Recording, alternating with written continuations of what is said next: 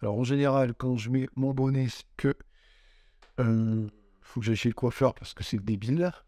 Salut, c'est Yo du blog Studio Yohan Terraza, où j'aide les photographes comme toi, créatifs et artistes, à vivre de leur passion en les accompagnant et en les conseillant. Je t'invite à aller faire un tour sur le blog et à t'abonner au compte Instagram. Et évidemment, je t'invite à télécharger gratuitement un petit pack de presets Lightroom que tu trouveras également en description. Aujourd'hui, j'aimerais te proposer une petite balle en forêt. T'inquiète, en tout bien tout honneur, sauf que ça va pas être tellement bucolique, ça va plutôt être horrifique puisque je vais t'emmener avec moi ici. Bref, tu l'auras compris, on va faire un petit détour pour le sentier Lightroom et le sentier Photoshop, mais beaucoup plus Lightroom. Bref, je vais te montrer comment j'ai travaillé cette image, comment je suis arrivé à ce résultat-là, et je pense que tu devrais apprendre certaines choses. Alors on y va.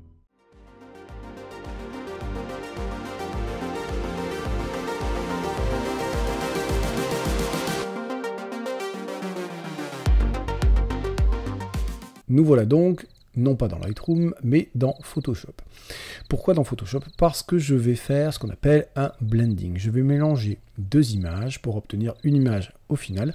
Et cette image-là va être ma base de travail pour créer l'ambiance que je souhaite créer. Alors vous le voyez, il s'agit d'une photo et je vais vous montrer également la photo que j'ai mise par-dessus. Ces deux photos-là, que vous avez vues tout à l'heure, en tout cas une des deux, et que j'ai prise pendant le cadre d'une commande où il fallait que je fasse des photos de nuit, et j'en ai profité pour faire ces photos-là. Alors j'adore ce genre de forêt, on avait un ciel extrêmement clair, donc il y a plein de choses dans ces images. Néanmoins, moi, ce qui va m'intéresser dans celle qui est au-dessus, ici, c'est uniquement cette partie-là, voilà, qui va venir compléter celle-là.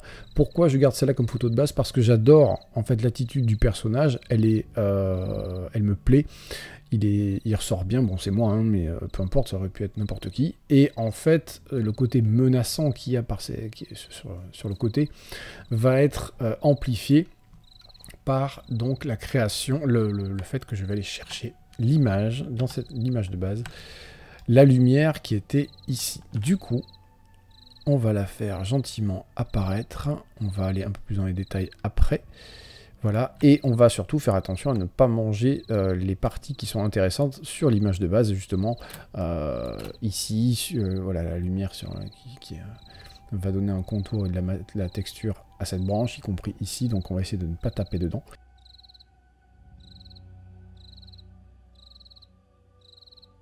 Là, on est sur une base qui est cool. Pour travailler, j'ai ce que je voulais. Maintenant, on repasse dans Lightroom. Nous voilà donc dans Lightroom avec la photo qui a été travaillée. Ce que je vais faire et que je fais comme à mon habitude, c'est que je vais décontraster l'image. Alors pas complètement, encore qu'on pourrait, mais au moins pour avoir une vue plus globale de tout ce qui se passe dans l'image, y compris dans les zones sombres, et plutôt ce qu'on pourrait penser comme étant des zones bouchées, mais qui ne le sont pas forcément, et la preuve, ici, il se passe des choses, et ça, justement, ça m'intéresse, je trouve ça assez intéressant, cette zone-là.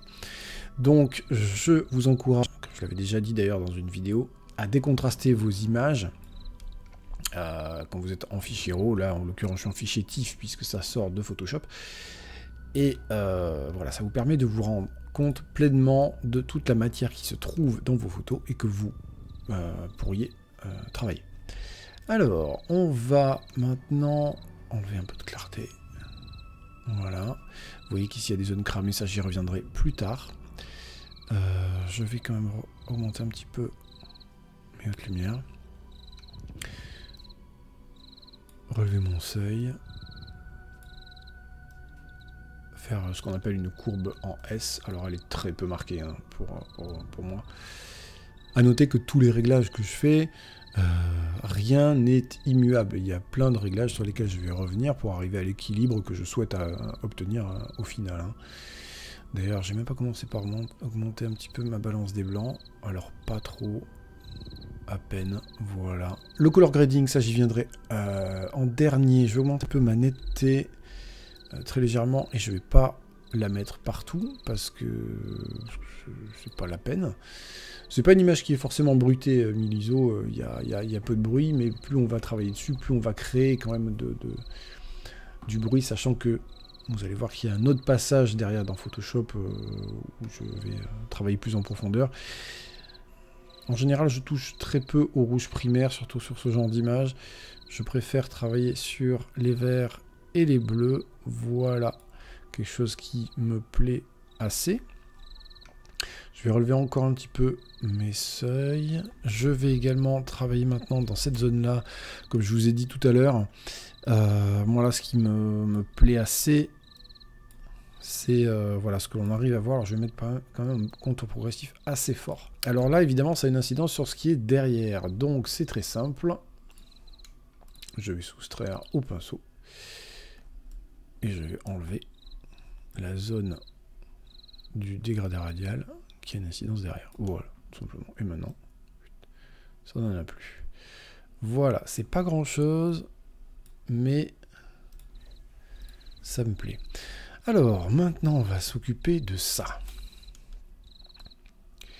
Je vais d'abord faire un dégradé radial léger, augmenter mon expo, augmenter ma clarté, augmenter mes hautes lumières. Et voilà. Monter l'incidence comme ça. Ok, c'est pas mal.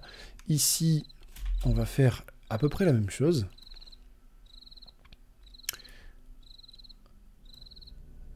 Comme ceci. Voilà. Je vais augmenter la clarté. Alors là, tout de suite, ça va avoir une incidence. Ok. Je vais même peut-être augmenter un poil la température. Alors vraiment un poil. Est-ce que... Correction du voile, pourquoi pas. Ok. Alors, vous voyez que ici, il se passe pas mal de choses dans le ciel. On a pas mal d'étoiles. Et justement, ben, je vais aller travailler dessus. Alors, deux manières de le faire. Je pourrais le faire en dégradé radial. Je vais le faire en dégradé linéaire, en fait. Je pense que c'est mieux de le faire en linéaire. Hop. Quitte à venir ensuite éliminer des zones. Ce que je vais faire, c'est augmenter tout simplement la clarté. Ça a aussi une incidence sur les feuilles qui sont ici, et tant mieux parce que... je vais d'ailleurs baisser un peu le bruit. Tant mieux parce que ça fait ressortir cette zone-là. Donc moi, ça me va très bien. Augmenter un petit peu les hautes lumières pour encore plus les faire ressortir. Ok, c'est pas mal. Maintenant, ce qui va se passer, c'est que je vais travailler plus dans le détail. Vous voyez qu'ici, il y a de la lumière. Hein. Et bien là, pas le choix. On y va au pinceau. On va augmenter la clarté, on va augmenter les hautes lumières, on va augmenter un petit peu l'expo. Et on y va.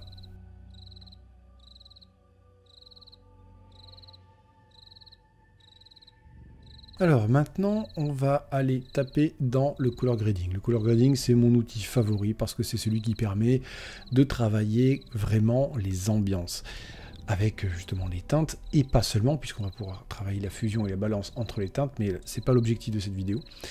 Je vais relever le seuil des ombres pour obtenir ce côté encore un petit peu fané. Je vais baisser un petit peu celui des hautes lumières.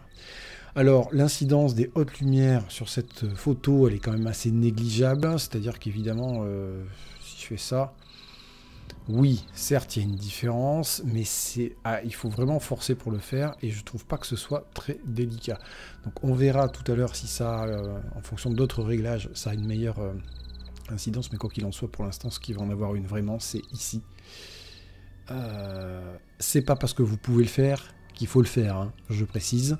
Vous voyez, là, pour l'instant, ça ne me branche pas. Donc, voilà. Je vais réduire, parce que je suis beaucoup trop zoomé. Je vais travailler aussi ici à augmenter haute lumière, clarté, l'expo à peine. Voilà. Là, il se passe des choses. Donc, je tiens à ce que ça se puisse se voir. Voilà, pas trop. Cet endroit était intéressant. Peut-être ici. Ouais, c'est pas mal. Aussi, j'aime bien. Bon, on n'est pas trop mal là. Je vois un autre point ici que je vais corriger. Mais à part ça, on n'est pas trop mal. On n'est pas trop mal, en tout cas pour la première phase. parce qu'évidemment, il va y en avoir une autre. L'autre, elle va se passer dans Photoshop. Ça va être toute la phase de texturing qui va prendre un petit peu de temps. Je vous l'épargne. Et on passe, donc nous, on se retrouve quand même tout de suite dans Lightroom avec une photo où j'ai travaillé tout le reste, tout l'aspect texture, peinture, côté un petit peu onirique, dans Photoshop. Voilà, donc j'ai fait tout le travail de texturing dans Photoshop. Voilà, j'ai ajouté quelques craquelures ici, voilà, de la texture ici dans les ombres. J'ai fait quelques tests aussi sur certaines choses, mais je m'en suis cantonné à cette base-là et elle me va très bien. Maintenant, on va pouvoir faire l'autre partie, qui est donc un petit peu la touche finale, qui va être un rééquilibrage, un changement des teintes. On va faire plusieurs manipulations. Et comme on est sur un fichier TIFF, eh ben, les incidences de nos réglages ne vont pas forcément être les mêmes que sur un fichier RAW. Ça, faut le garder en tête. Donc, je vais repartir sur une courbe comme ça, mais peut-être un peu moins marquée. Là, il va être intéressant de pouvoir contraster. Mais on va surtout faire un travail sur les teintes. Là, j'aime bien l'incidence que ça a, surtout ici. Là, c'est une teinte vraiment qui me rappelle les feux de camp et qui colle parfaitement. Alors là, vous voyez, je vais baisser mon seuil, contraster un petit peu mes noirs, monter ici mes hautes lumières, monter également là. La clarté, on va la mettre de manière localisée. D'ailleurs, justement, je vais la faire ici.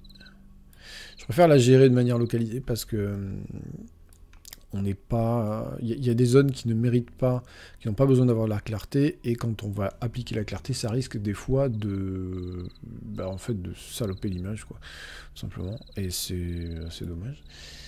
Voilà. Ok, en termes de teinte, c'est pas mal. Il y a juste cette zone là qui me plaît pas encore tout à fait.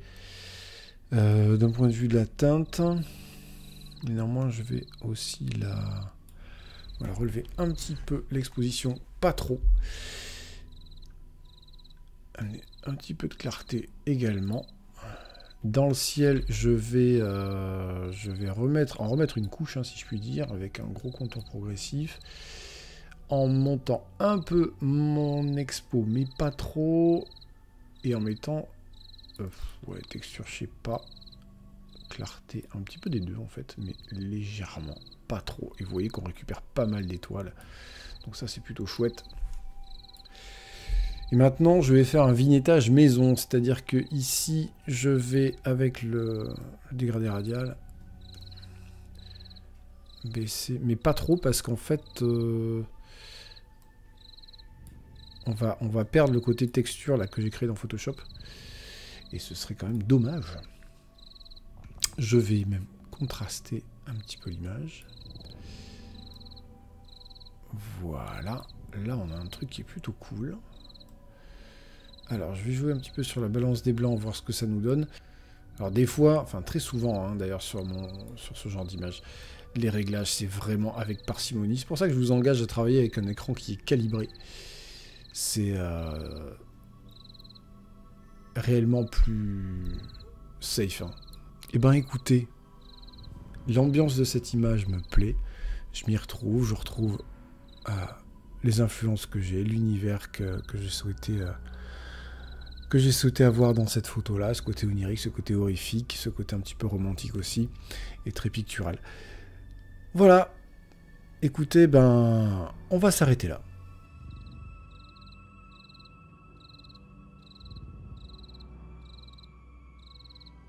Merci d'avoir regardé cette vidéo, j'espère qu'elle t'a plu, que tu as appris des choses. N'hésite pas à me le dire en commentaire et à la partager. Et encore une fois, n'hésite pas à me suivre sur les réseaux, tout est en description. N'oublie pas que la photo, elle est là pour toi, pour servir tes valeurs et ta démarche. Sur ce, éclate-toi bien, prends soin de toi et à très vite.